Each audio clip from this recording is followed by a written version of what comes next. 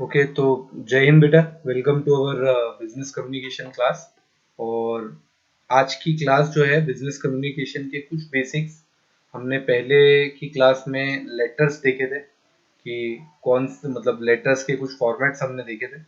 और उस फॉर्मेट को लेके फिर हमने मेमो भी देखा था, ऑफिस ऑर्डर भी देखा था और सर्कुलर भी देखा था। तो अभी के हम जनरल बेसिक्स की बात करते हैं। बिजनेस कम्युनिकेशन में जो चीज़ें रह गई थी उनके बारे में कुछ बात करते हैं। तो सबसे पहले तो एक मेहराबियन मॉडल है। मेहराबियन मॉडल, ये अल्बर्ट मेहराबियन नाम के एक रिसर्चर थे जिन्होंने ये मॉडल दिया था। उनका ऐसा कहना था कि 738-55 रूल होता है। उनका ये कहना है, बड़ा स्ट्रेंज है, कि 7% जो पर्सनल कम्युनिकेशन है वो वर्बल कम्युनिकेशन पे रिलाई करता है।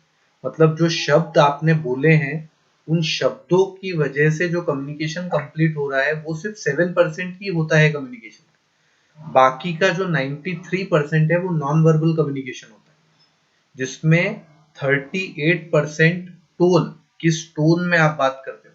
मतलब यदि आपको आपने कोई अच्छी चीज भी गलत टोन से बोली है तो भले ही आपने वो बात अच्छी कही तो वो अच्छा वाला इम्पैक्ट सिर्फ 7% ही हुआ, जबकि उस टोन की वजह से, उस गलत टोन की वजह से 93% आपका नुकसान हो, सॉरी 38% आपका नुकसान हो और बचा हुआ 55% बॉडी लैंग्वेज।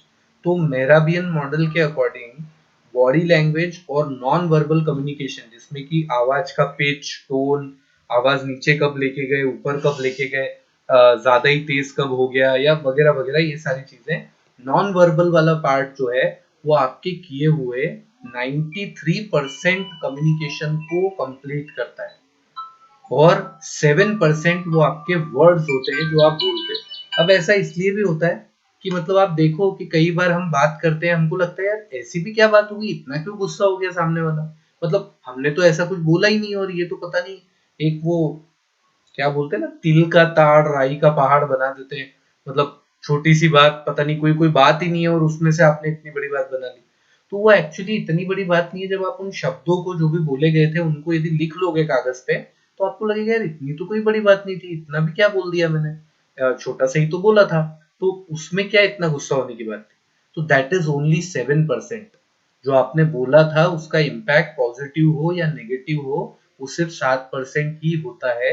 और this is not just a model, लेकिन ये एक well accepted model. Well accepted मतलब काफी सारे रिसर्चर्स ने बाद में इसके ऊपर स्टडी करके इसको सपोर्ट किया कि हाँ ये बंदा सही कह रहा है, नॉन वर्बल कम्युनिकेशन का बहुत ज्यादा इम्पैक्ट होता है बजाय वर्बल कम्युनिकेशन के। तो इनका नाम क्यों याद रखना जरूरी है? देखो ऐसा नहीं है, नाम किसी का भी याद रखना जरूरी नहीं है। सबने जो किया अपने अपने टाइम में शायद अपनी जरूरतों के लिए किया या उनको जो भी लगता था उसके लिए किया। लेकिन नाम इसीलिए याद होने चाहिए लोगों के, या कुछ नाम पता होने चाहिए, क्योंकि हम भी जब कभी कुछ करके जाएंगे तो हम चाहेंगे कि यार कभी ना कभी कोई ना कोई तो नाम निकाले। मतलब आज तुम्हारी एज 22-23 ईयर्स की, 21 ईयर्स की है, और आज से 60 साल के बाद जब तुम 82 ईयर्स के हो जाओगे, 83 ईयर्स के हो जाओगे, तो हो सकता है कि उस टाइम पे तुमको याद रहे कि विवेक वानखेड़े नाम का कोई बंदा था, वो हमारी लाइफ में आया था और उसने हमको कम्युनिकेशन के बेसिक सिखाए थे और बिजनेस कम्युनिकेशन से रिलेटेड कुछ अच्छी बुरी बातें की थी, या जैसा भी था। सन के बोल के याद करो, अच्छा बोल के याद करो, बट याद करो, ऐसा एक अपेक्षा मन में रहती है। तो कहीं ना कहीं हमको थोड़ा बहुत लोगों को वो वेटेज देना चाहिए जिनकी वजह से हमको कुछ चीजों की क्लैरिटी मिली है। तो इसीलिए रिसर्चर्स के नाम कभी आपको पता होते हैं जिन्होंने बिजनेस में कुछ अच्छा काम किया है या आपकी फील्ड में अच्छा काम किया है। तो it is kind of unsaid respect which we are giving to that another person जिसने ये काम। अब जैसे देखो ये मॉडल कहाँ पे एप्लीकेबल होता है, क्योंकि जिन लोगों ने यदि मेहराबियन मॉडल को फॉलो नहीं किया होता तो नॉन वर्बल कम्युनिकेशन की ट्रेनिंग्स को इतना ज्यादा इंपॉर्टेंस नहीं मिला होता। लोगों ने पिच की बात करी ही नहीं होती शायद इतनी ज्यादा। लोग बोलते हैं कि अरे यार क्या बोल रहा हूँ, मैटर करता है, क्यों ध्यान क्यों नहीं रखता, अच्छे से सोता क्यों नहीं, अच्छे से सोता क्यों नहीं, क्यों बेटा अच्छे से क्यों नहीं सोते यार, आप अच्छे से सोया करो। मतलब जो सेम बात बोल रहा हूँ, शब्द भी सेम है, लेकिन फिर मेरा टोन बदल गया है यदि, तो उसका इम्पैक्ट चेंज होता है। तो ऐसा जब इसने बताया तो लोगों ने उसको और टेस्ट किया और उनको लगा कि सही है, तो किसी ने तो भी डायरेक्शन दिखाई। So this was our first slide, Mehrabian model.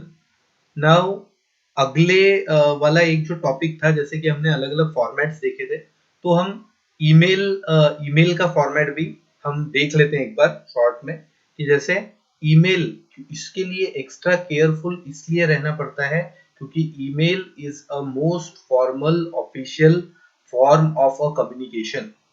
इसीलिए अपने ईमेल आईडी के पासवर्ड उनका भी बड़ा ध्यान रखना जरूरी होता है. हम मेल में क्या लिख रहे हैं वो भी ध्यान रखना जरूरी होता है. और चाहे आपकी कितनी भी प्रैक्टिस हो गई हो, एक बार भेजने के पहले पढ़ लेने में कोई बुराई नहीं है. कई बार लिखते लिखते कुछ चीज गलत लिख दी जा सकती है. तो सबसे पहले तो जब भी हम ईमेल खोलते हैं तो उसमें टू मतलब किसको भेजना है वो हम लिख देते हैं वहां पे.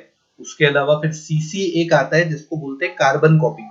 तो मतलब आप यदि एक ही मेल मल्टीपल लोगों को भेजना चाहते हो, लेकिन आप उनको डायरेक्टली नहीं एड्रेस कर रहे, आप उनको सेकेंडरी में रखना चाहते हो. यानी कि जैसे मैं ईमेल कर रहा हूँ फॉर एग्जांपल से रितेश सर को या पूजा मैम को, और मैं चाहता हूँ कि मालकर सर को भी ये बात थोड़ी नॉलेज में रहे कि मैंने मेल किया है, तो मैं सीसी करूंगा मालकर सर को और पूजा मैम को और या रितेश सर को, उनको टू में डालूंगा क्योंकि प्राइमरी मेल उनके लिए है, इसलिए उनको मैंने टू में रखा है. अब वो प्राइमरी मेल 100 लोगों के लिए होगा तो 100 लोगों को टू में रखूंगा और मेरे सीनियर को मैं सीसी में रखूंगा कार्बन कॉपी. तो उसका मतलब कि एक कॉपी आपको भेजी हुई है, आप उस पर डायरेक्टली एक्शन ले भी सकते हो, नहीं भी ले सकते, but I don't want, I just want you to keep in the loop. मैं आपको सिर्फ लूप में रखना चाहता हूँ, इसलिए मैंने आपको, जैसे कि कहीं भी कोई बार सेंट्रल डिपार्टमेंट से, कोई इंजीनियरिंग के दूसरे डिपार्टमेंट से यदि मुझे कोई काम देते हैं तो वो उसका मेल का, उनको मेल भेजते वक्त मैं सीसी में मालकर सर को जरूर रखता हूँ क्योंकि मेरे रिपोर्टिंग मैनेजर मालकर सर है और उनको पता होना चाहिए मैं क्या काम कर रहा हूँ. तो सीसी वहां पे रखा जाता है. BCC, blind carbon copy. ये ब्लाइंड कार्बन कॉपी और कार्बन कॉपी में डिफरेंस ये है कि जब कार्बन कॉपी में आप 4 लोगों के नाम रखते हो तो वो सबको पता चलता है कि आपने इनको भेजा है मेल. ब्लाइंड कार्बन कॉपी में कॉपी तो उनको जाती है, जैसे मान लो मैंने पूजा मैम को कोई मेल किया और उसमें मालकर सर को सीसी की बजाय बीसीसी में रख दिया, तो क्या होगा, मालकर सर को तो ये पता चलेगा कि मैंने पूजा मैम को मेल किया है, लेकिन पूजा मैम को ये नहीं पता चलेगा कि मैंने मालकर सर को भी एक कॉपी इसकी भेजी. तो blind carbon copy is used when you want to say एक ही मेल मुझे 50 कस्टमर्स को करना है, एक मेल मुझे 50 कस्टमर्स को करना है और मैं नहीं चाहता कि वो कस्टमर्स की ईमेल आईडी एक दूसरे को पता लगे, तो मैं टू और सीसी को यूज नहीं करूंगा, मैं सीधे बीसीसी को यूज करूंगा. ब्लाइंड कार्बन को उसमें 50 के 50 ईमेल डाल दूंगा तो एक दूसरे को पता नहीं चलेगा कि हमने इनको भी भेजा है. तो this is use of BCC. तो जब आपको ऐसे बल्क मेल करने हैं जिसमें आपको एक दूसरे को पता नहीं चलने देना है, तो आप बीसीसी का यूज कर सकते हो. क्लियर है क्या ये? Yes sir. Yes sir. फिर सब्जेक्ट, बॉडी और आखिरी में सिग्नेचर, रिगार्ड्स वगैरह, इसको एक काम करते हैं, इसका एक छोटा सा लाइव एग्जांपल भी देखते हैं हम. मतलब होता ही है सब. देखो ये यहाँ पे ईमेल, अपना ईमेल आईडी खोलेंगे. ये हमारा ग्रुप ईमेल है, तो ये मेरा ईमेल आईडी है. अब इस ईमेल आईडी में, आई होप स्क्रीन दिख रही है सबको. Yes sir. Yes sir. तो मैं ईमेल आईडी में गया, ईमेल मैंने देखा और उसमें मैंने कंपोज पे मैंने क्लिक किया. अब जब मैं कंपोज पे क्लिक करता हूं तो यहाँ पे एक नीचे बॉक्स कायदे से खुलना चाहिए. थोड़ा नेटवर्क या सिस्टम स्लो होता है तो कभी डिले हो जाता है क्लिक करने के बाद. तो आई हैव क्लिक्ड कंपोज, तो कंपोज का एक बॉक्स खुलना चाहिए. 2 बार गलती से क्लिक कर देता हूं तो 2 कंपोज भी खुल जाएंगे. दोनों कंपोज खुल गए. अब इसमें आप देखो यहाँ पे 2 आ गया सबसे पहले. तो अब मान लो कि मैं 2 में मेल लिखता हूँ किसी को भी, जैसे मान लो मैंने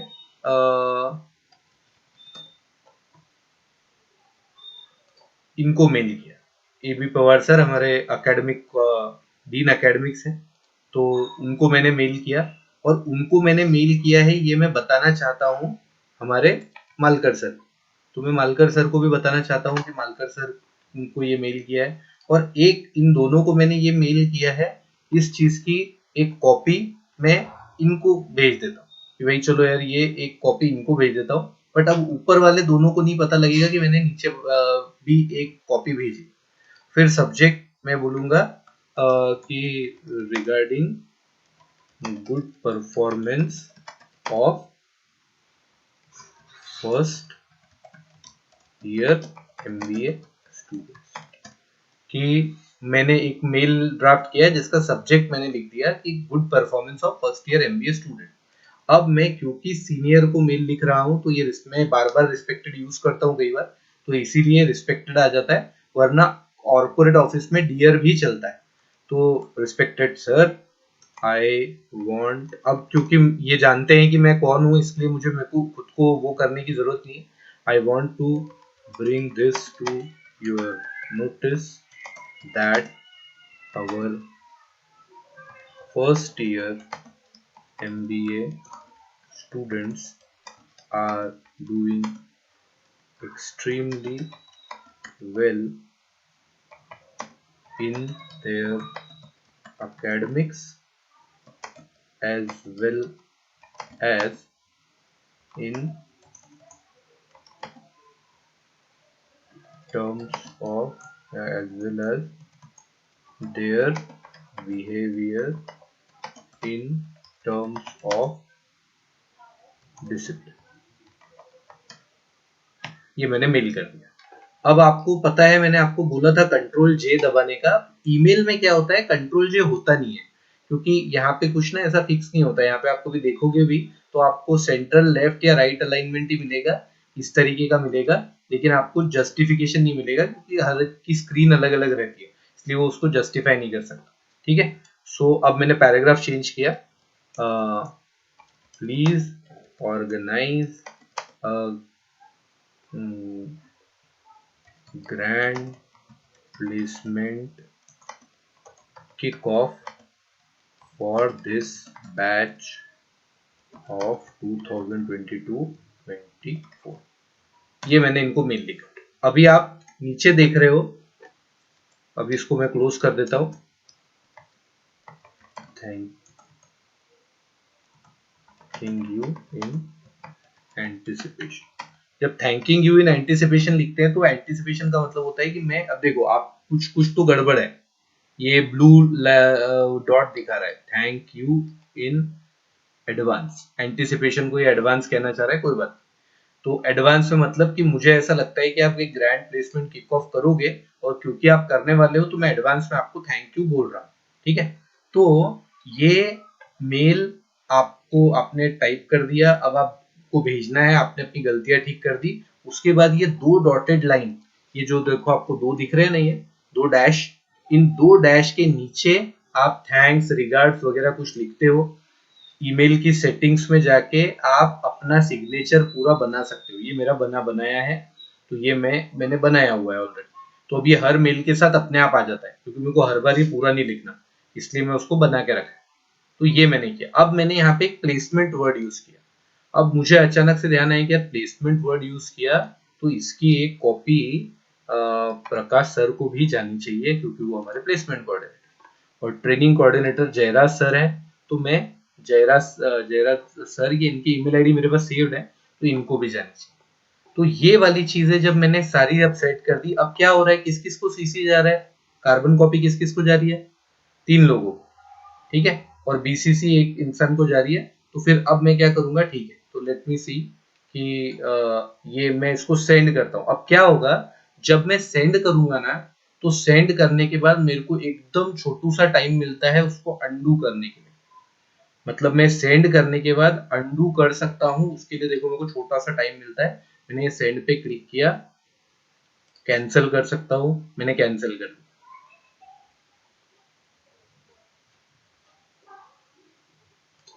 सेंट में आ गया क्या, यदि आ गया होगा तो गाली पड़ी, नहीं आया। सेंट में नहीं आया मतलब मैं सेंड करने से बच गया। अब मान लो मैं एक जनरल मेल जयराज सर को लिखता हूँ कि रिगार्डिंग फर्स्ट ईयर स्टूडेंट्स, अब इनको मैं क्या लिखूंगा? डियर सर, दिख रहा है? Yes, sir. Yes, sir.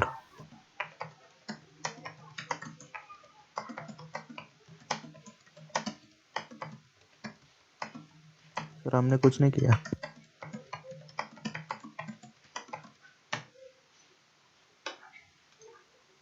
Sir ऐसे कुछ नहीं करते हम। नहीं, मैं आपको वो नहीं बता रहा हूँ। अरे अच्छा, आप उस पे मत, रिटर्न मैसेज पे मत जाओ। मतलब मैं ये आपको ये बता रहा हूँ कि यदि जिसको मैं भेज रहा हूँ उसके साथ मेरे टर्म्स डिफरेंट हैं थोड़े से, तो मैं उसको अपने तरीके से मेल भी कर सकता हूँ। मतलब ऐसा नहीं है कि आप मेल यूजुअली चाहो फॉर्मली रखो, लेकिन ठीक है, ये डिपेंड करता है कि आपकी ट्यूनिंग कैसी है आपस में। ठीक है, तो मैं सिर्फ ये देख रहा हूँ कि अंडू का ऑप्शन कब आता है। अब जैसे मैंने यहाँ पे सेंड किया, अब ये सेंडिंग कर रहा है, कैंसिल नहीं किया मैंने, मैसेज सेंड लिखा आना चाहिए, ये अंडू कर दिया मैंने, भेजा था, अब सेंडिंग अनडन हो गई है, गया था वापस आ गया, लेकिन ये थोड़ा सा ही टाइम मिलेगा। मैं खुद को भेजता हूँ, एक काम करता हूँ, तो मुझे भेजूंगा तो ये वाला, इसीलिए मैं बोल रहा हूँ ये अंडू थोड़ी देर के लिए रहता है, पर रहता है, ये ध्यान रखना। तो ये मैं अपने आप को भेज रहा हूँ।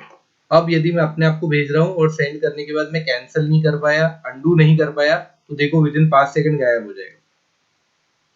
अब नहीं कर सकता मैं, अब नहीं कर सकता, अब चला गया।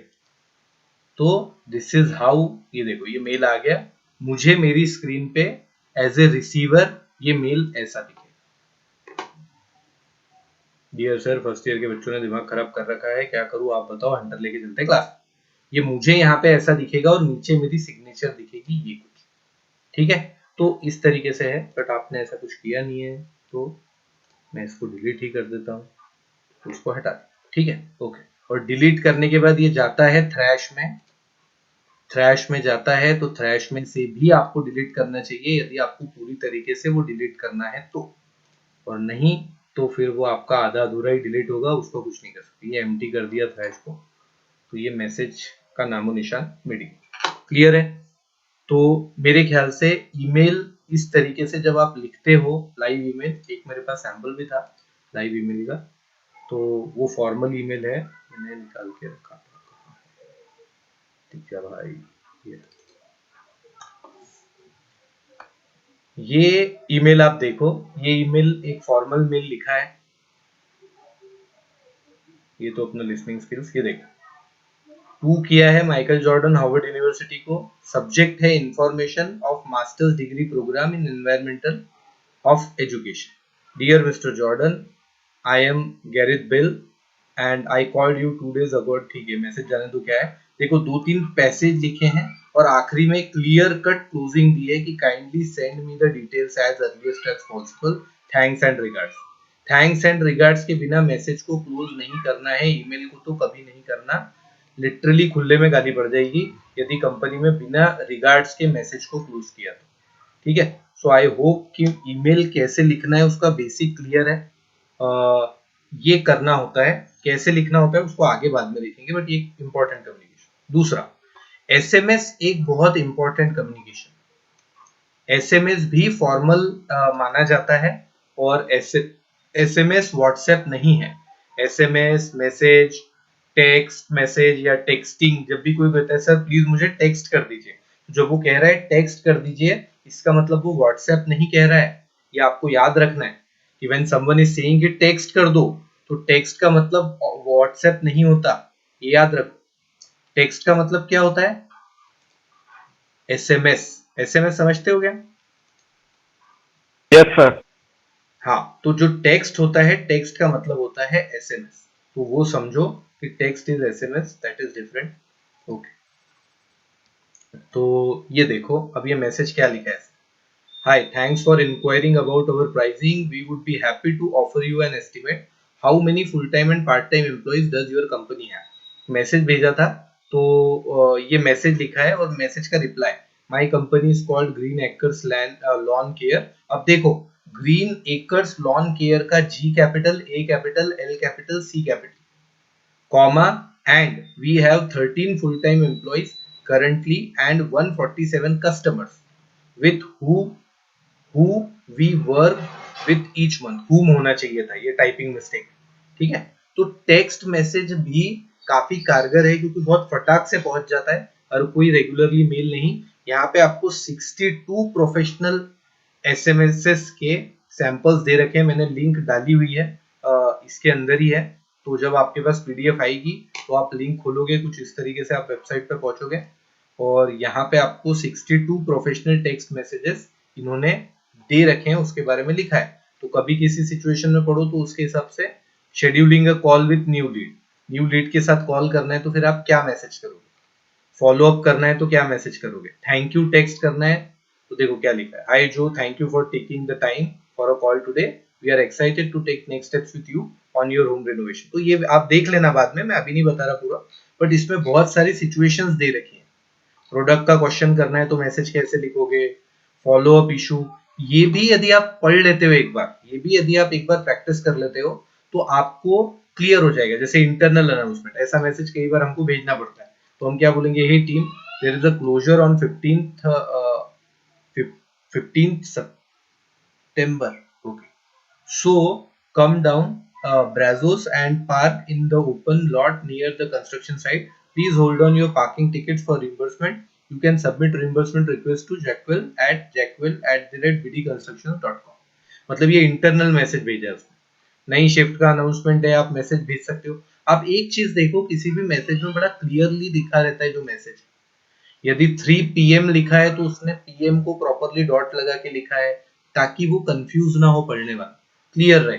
3 बजे बुलाया था ना यार तुझे, वो सुबह 3 बजे भी तू समझ सकता है, आपको मैसेज में क्लियर लिखना, ठीक है। सो आई होप कि ये थोड़ा बहुत क्लियर है, इससे ज्यादा डिटेल में जाने की जरूरत नहीं। बट एसएमएस भी ईमेल के बाद यदि कोई फॉर्मली, इनफैक्ट यदि कोई कंपनी फॉर्मली कहीं पे कोई केस वगैरह करती है तो इवन कोर्ट में एसएमएस और ईमेल को कंसिडर किया जाता है एज ए फॉर्मल टेक्स्ट।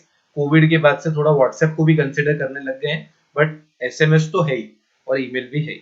तो इस तरीके के मैसेजेस रहते हैं, आपको इस तरीके से डिस्कशन करने होते हैं। अब ये जो मैसेज भेजने वाला है वो बंदा जो है वो कंपनी का है, वो कह रहा है यार तुम्हारी डेडलाइन निकल गई, तुमने अप्लाई नहीं किया अभी तक। तो फिर ये सामने वाला पूछ रहा है कब है डेडलाइन, अब देखो 11:53 AM पे भेजा था और इसने 1:22 PM पे रिप्लाई दिया, और फिर इसने यहाँ पे नीचे लिखा है कि भाई आज रात को 11:59 टुडे ट्यूसडे जनवरी, अब इसने PM नहीं लिखा, ये लिखना चाहिए था, बट क्योंकि ये वो 11:59 सुबह वाले के बाद मैसेज भेजा गया है तो दैट इज कंसिडर्ड कि शाम को, बट यदि लिख दो तो कोई बुराई नहीं है, ठीक है। Is it clear? Yes sir. तो मैसेज और ईमेल यस करते सर। वक्त थोड़ा ध्यान से भेजेंगे। किसी का स्पेसिफिक में कुछ क्वेश्चन हो तो बता दो। चलो अगला जो टॉपिक है ये आखिरी टॉपिक है हमारे चैप्टर का, और ये बहुत छोटा सा टॉपिक है प्रैक्टिकली, बट इसमें मैंने सभी लगभग कोशिश की है यूज करने की। देखो आप कौन से कम्युनिकेशन से कब यूज करोगे, मतलब आप ईमेल कब करोगे, कॉल कब करोगे, आप मैसेज कब करोगे, पर्सनली जाके मिलोगे कब, या दूर से चिल्ला के कब बोल दोगे, ये किन चीजों पे डिपेंड करता है। कैसे सिलेक्ट करूं मैं कि मेल करूं या क्या करूं, तो उसके लिए कुछ फैक्टर्स होते हैं, उन फैक्टर्स पे डिपेंड करता है कि आप कौन सा वाला सिलेक्ट करें। सबसे पहला है नेचर ऑफ मैसेज, मैसेज का नेचर क्या है, मतलब अर्जेंट है, कॉन्फिडेंट, अर्जेंट है कोई चीज, अभी मान लो आपको मुझे कोई चीज अर्जेंटली बतानी है, मैं अपने घर पे हूँ और आप अपने घर पे हो और एकदम अर्जेंट है, तो क्या करोगे,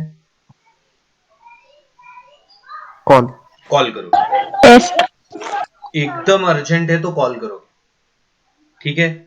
और कॉल से बेटर कोई तरीका है नहीं, कॉल से ज्यादा अर्जेंट कुछ नहीं है, कॉल सबसे अर्जेंट है क्योंकि वो मेक श्योर करता है, यदि कोई अर्जेंट चीज बतानी है टेक्स्ट में, ये नहीं पता उसने पढ़ा कि नहीं पढ़ा, ये तो नहीं कंफर्मेशन आएगा, पर कॉल में मुझे कंफर्मेशन तुरंत मिल जाएगा, इसीलिए अर्जेंट है।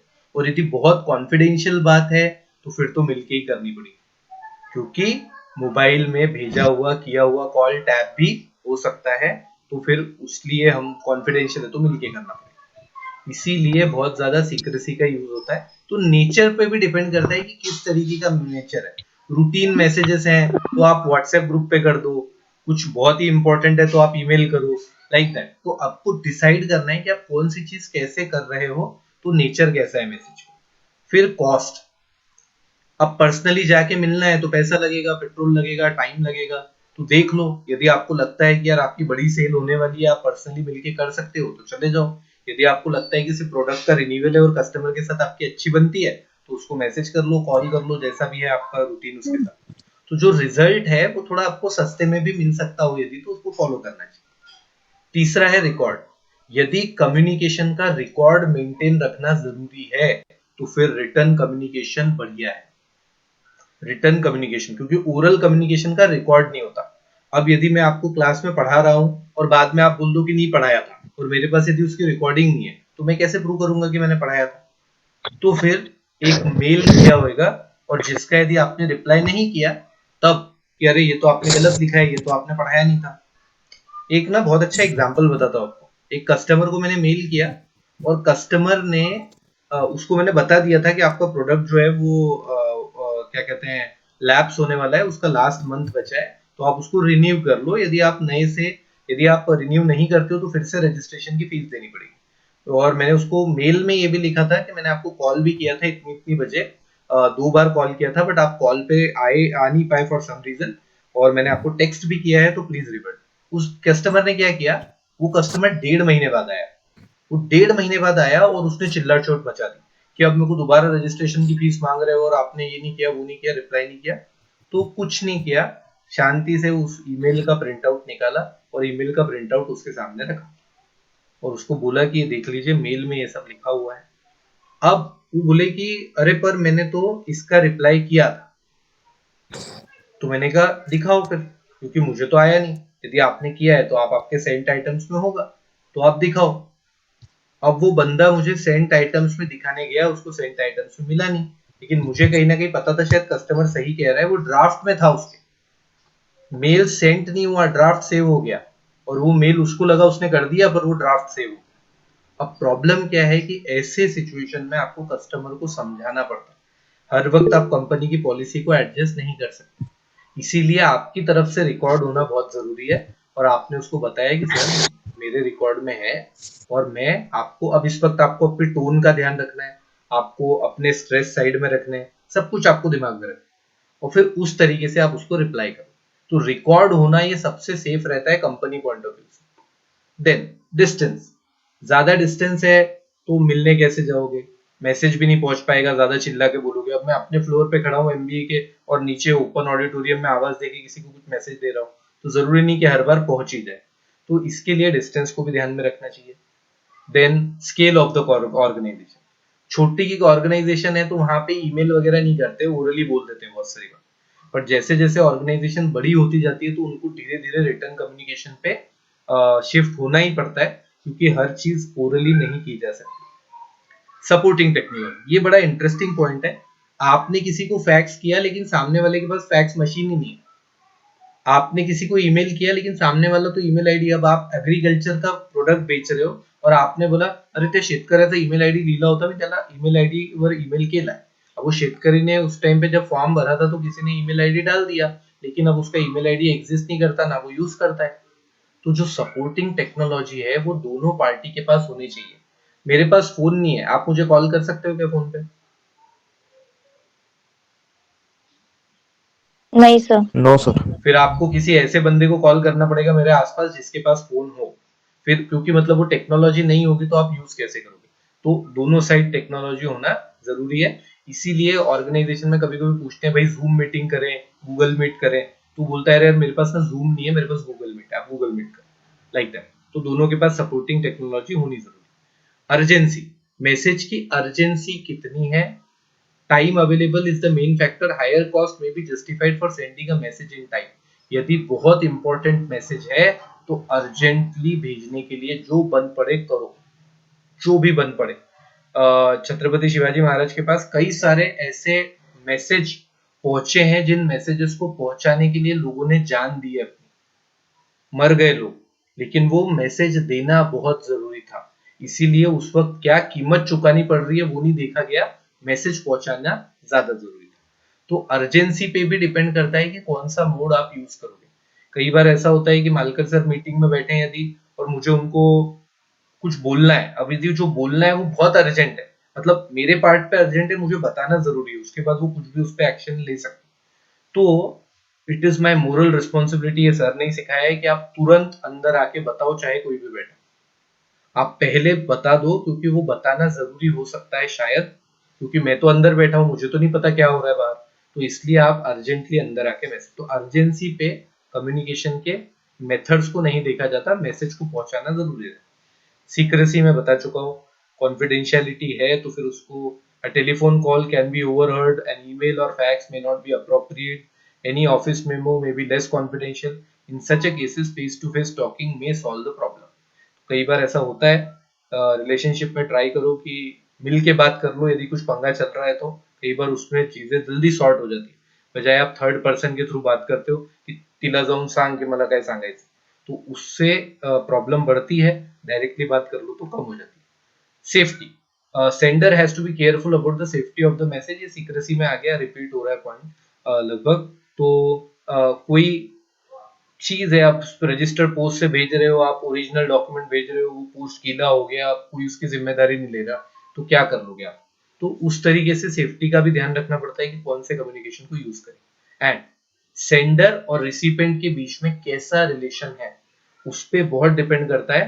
आप अपने रिलेशनशिप्स को ग्रांटेड मत लो, जैसे कि अभी जयराज सर को मैंने मेल किया और मुझे पता है कि यदि मैं उनको ऐसा मेल जो मैंने भेजा था कि बच्चे मस्ती कर रहे वगैरह, यदि ये मैंने उनको भेजा भी होता तो उनका कॉल आता मुझे, और या मैसेज आता बाद में जब भी वो फ्री होते, तो उनका मुझे कॉल आता और मुझे बोलते कि अरे क्या हो गया, क्या परेशान हो गए, क्या परेशानी हो गई, मतलब ऐसा नहीं होता कि सीधे नहीं नहीं हंटर लेके बोलो चलो हंटर लेके, तो that kind of relationship when you have with people, तो काफी सारी चीजें आपकी वैसे ही कन्वीनियंट हो जाती। तो ये 10 फैक्टर्स हैं, इनको डिसाइड करके आप अपना कम्युनिकेशन का मीन्स चूज करोगे। सेकेंड चीज, आप अपने कम्युनिकेशन के मीन्स को चूज करने के लिए ये जस्टिफिकेशन भी दे सकते हो, मैंने मेल क्यों नहीं किया, या आपको बताते आना चाहिए कि सर मैसेज अर्जेंट था, मेल करता शायद आप चेक नहीं कर पाते, इसलिए मैंने मेल तो किया ही, साथ में कॉल भी किया, या फिर कॉल के साथ मैसेज भी किया, वॉट एवर इट मे, या फिर मेरे पास सर उस वक्त मोबाइल ही नहीं था, मेल कहाँ से करता आपको, तो मैं दौड़ के आ गया आपके पास आपका जस्टिफिकेशन होना चाहिए। Is it clear? ये Yes, sir. इस चैप्टर Yes, का sir. आखिरी मैसेज है, ये इस चैप्टर का आखिरी मैसेज है। इफेक्टिव कम्युनिकेशन वो होता है जो सिंपली मैसेज को डिलीवर कर दे, मतलब जो मैसेज आप देना चाहते हो वो सिंपल से सिंपल फॉर्मेट में सामने वाले को समझ में आ जाए। देखो मैं अभी आपको ना एक इंपॉर्टेंट बात बताता हूँ, इंसान को क्या लगता है, यदि इंग्लिश जरा वीक है, मैं इंग्लिश में कमजोर हूँ, तो मेरे को यदि सामने वाले को इम्प्रेस करना है तो मेरे को भारी भारी वर्ड यूज करने हैं, ऐसा बिल्कुल भी नहीं है। इम्प्रेस करना है तो यदि आप सिंपल शब्दों में अपनी बात कह दो, कबीरदास जी के दोहे यदि आप पढ़ोगे, इतनी सिंपल लैंग्वेज में उस इंसान ने ऐसी ऐसी बड़ी बड़ी बातें बोल दी है कि कोई सोच के ही सोचेगा कि यार 2 लाइन में इतनी बड़ी बात कैसे बोल गया। कोटेशंस कई बार हम पढ़ते हैं और पढ़ के खो जाते हैं कोटेशंस के बीच में कि यार कैसे बोल गया यार 1 लाइन में बात, इतनी सिंपल मैसेज। तो जितना सिंपल वर्ड्स को यूज करोगे वो अच्छा रहेगा, आपको बिल्कुल भी अपनी लैंग्वेज को कॉम्प्लिकेटेड करके बड़े बड़े वर्ड यूज करने की जरूरत नहीं है। हो सकता है सामने वाले को समझ ना आए, या तो जो मैंने पहले बताया था कि वो वर्ड पढ़ने के बाद उसको सोचना भी पड़ेगा कि क्या बोलना चाह रहे हैं, और सोचने में एनर्जी खर्च हुई तो वो इरिटेट हो सकता है। So the most effective communication has a simple message that is easy for the receiver to understand. Receiver को दिमाग ना लगाना पड़े, इजीली समझ आ जाए क्या बात। Senders should also know their audience and ask questions beforehand to fill in gaps in their knowledge. जो सेंडर है मैसेज का, उसने अपनी ऑडियंस को समझना चाहिए कि कौन सुन रहा है मेरी बात, मैं किसको मेल लिख रहा हूँ, और पहले ही मैं अपने आप से क्वेश्चन कर लूं कि यार ये वाला मेल या ये मैसेज इनको समझ आएगा कि नहीं समझ आएगा। एक बार थोड़ा फैमिली इमरजेंसी थी और मैंने अपने सीनियर को मैसेज किया था कि मतलब मैं आज 2 दिन तक ऑफिस नहीं आ पाऊंगा, तो मैंने सिर्फ इतना मैसेज किया था, dear sir, some urgent family work